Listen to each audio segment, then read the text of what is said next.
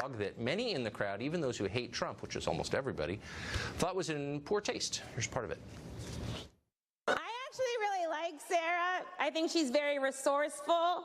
Like, she burns facts, and then she uses that ash to create a perfect smoky eye.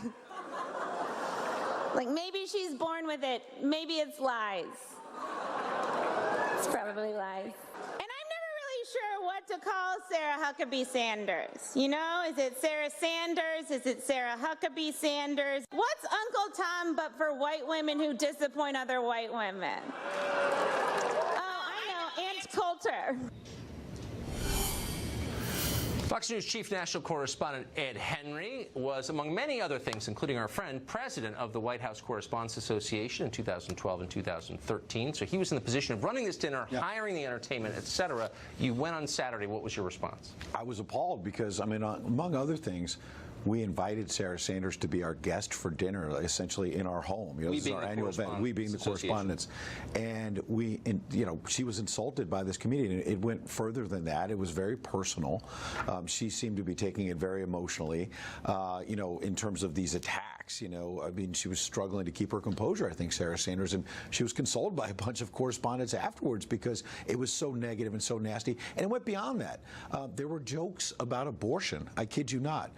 There was a joke along the lines of, don't knock it till you've tried it. And I saw people sort of gasping at that. And then this comedian said, yeah, knock it out, meaning the baby, knock it out. People literally had never heard anything like this at one of these dinners. And so, look, I get that there are bigger issues in the country, but given the fact that all the attention of this dinner, we should issue a simple apology that just says, this should not have happened to Sarah Sanders, the White House press secretary. And I've been getting a lot of feedback from people around the country saying, who are anti-Trump, saying, why are you holding a comedian to a higher standard than the president?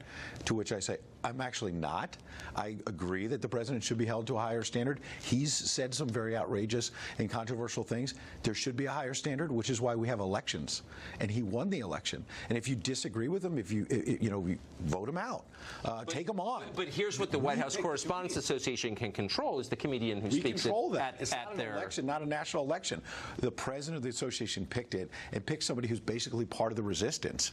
And probably, we should have figured out that this kind of thing was going to happen because this comedian wanted to make her name, and here we are talking about her. So you ran the association when Obama was president. Yeah. What would have happened to you personally and to the association if the comedian had attacked Obama? I thought about this for many long hours, and I picked Conan O'Brien because I think he's very talented, but also because I knew that he had to face his audience on Monday. And remember when Michael Jordan said years ago that he wouldn't endorse a Democrat in a big Senate race against Jesse Helms because he said Republicans buy sneakers too? Yeah. Well, Conan O'Brien may lean left, but he knows that Republicans buy sneakers too, and Republicans watch late-night TV. And before the Kimmels of the world and all of this anti-Trump business, someone like Conan O'Brien had to face his audience on Monday night.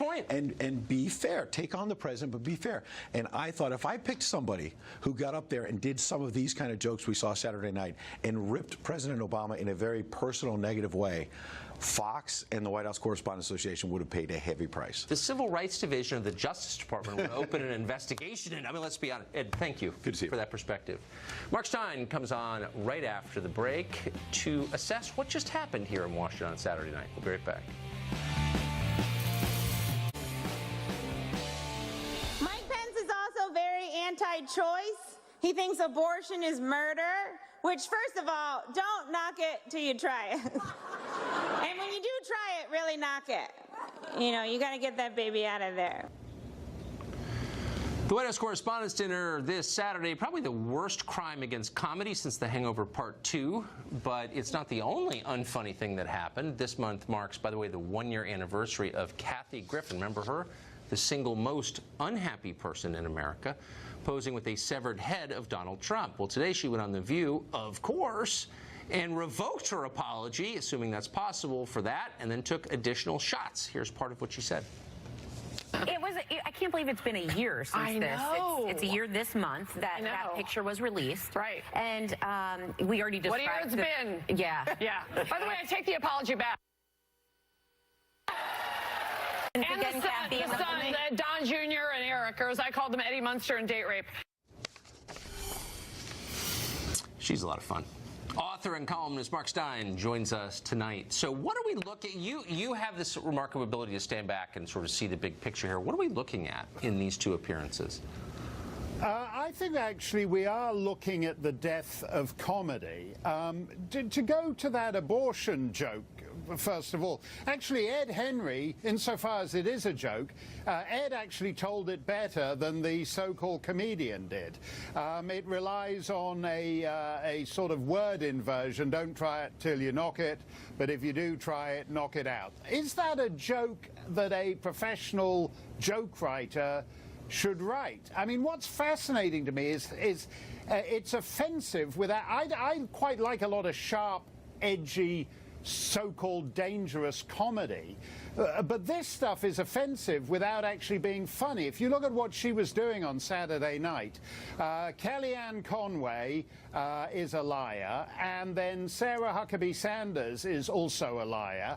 And if she'd had time for so-called jokes about Mattis and Pompeo and Sessions and the rest of the cabinet, they'd have all been liars too. And what's sad is that this is such defanged comedy. You were talking about the caravan. Exactly. A couple of minutes ago. I'd love to have jokes about the caravans, jokes about North Korea, jokes about President Macron. This is a smart, sophisticated Washington crowd in black tie, and they're listening to this woman using the F word, making a joke about how her private parts require a lot more yarn than those pink hats on the Trump parade. This is sophisticated wit for the smartest people in Washington. This is the death of comedy, because there's nothing the left can make honest jokes about except to mock Republicans as liars or uptight Christian fundamentalists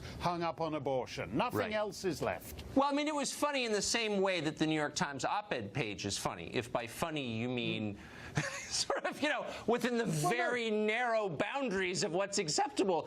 That's the point. You can't be funny if you can't say things. No, but that's actually, the New York Times op-ed page is a very good example. I could never get over that when I first came to this country. There'd be 4 pieces on there. There'd be 3 dull, turgid, earnest pieces about the Bosnian War or whatever was going on at the time, and then in the corner there'd be some twee little ninny making coy, so-called humorous jokes about barcode scanners. If you're going to be a political comedian, if this is the funniest night of the year in political comedy, it requires you actually to make savage political comedy, not about Sarah Huckabee Sanders' makeup, but about serious things like North Korea and Iran and all the rest of it. It's so... I mean, what's so absurd about this stupid, hideous, dead occasion is that you book people who can't do anything but say the F word, and yet it's given the status of a sort of semi-state occasion, that the president is somehow rejecting centuries of tradition if he doesn't show up for. Well, which is it? Is it a night of serious, sharp political comedy, or is it just, frankly, dull, turgid people mouthing off? Well, that's right. And totally unwilling to slay a single sacred cow. If you're brave, I don't know, make a joke about something that'll offend people you live near. They would never. Absolutely. Mark Stein, thank you. Great to see you. Thanks a lot, Tucker. Well, over the